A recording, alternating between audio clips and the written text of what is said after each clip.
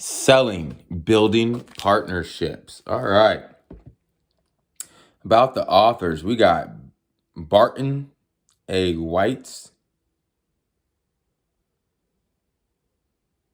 is the J.C. Penney eminent scholar and a chair of the marketing department in the Warrington College of Business. Not important. Stephen Castleberry. Yeah, not important. John F. Tanner Jr.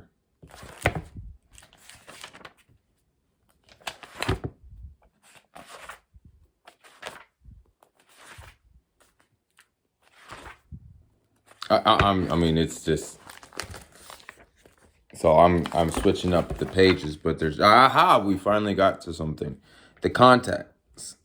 We got the field, part 1, the field of selling.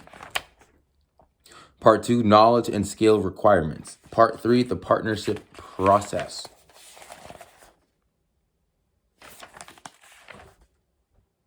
Part 4, the salesperson and the manager.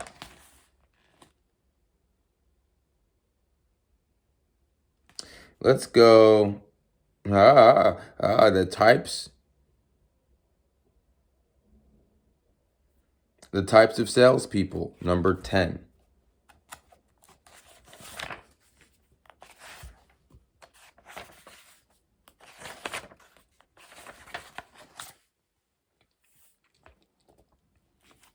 There we go. We got this little diagram right here. Types of selling. What is this? The consumer channels. Remember, if you've been watching, we did what is it called? Marketing channels, and this is more or less what they're talking about. Well,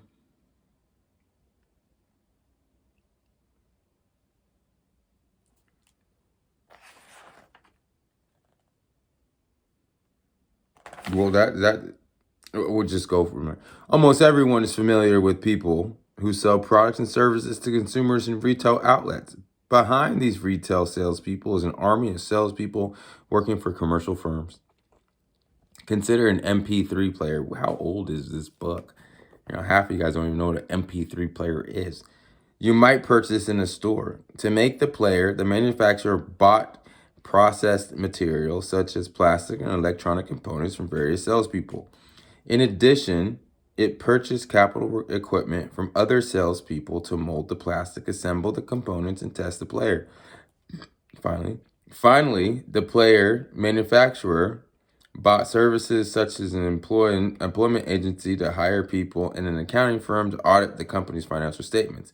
The manufacturer's salespeople then sold the players to a wholesaler. The wholesaler purchased transportation services and warehouse space from other salespeople. Then the wholesaler salespeople sold the player to a retailer.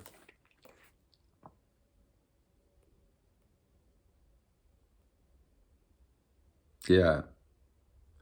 That was long-winded just to say that there's a channel of people in order to do something. So, you have a product, you have the company that makes it, who sells it, who, has a sales team to sell it to the distributor. Then the distributor has a sales team to sell it to the individual stores. And then you have individual different companies in between to be able to move stuff from point A to point B. And each one of those have its own sales force, right?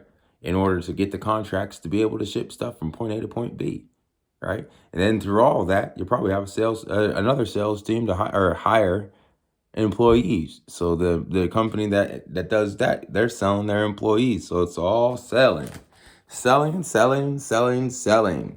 and building relationships.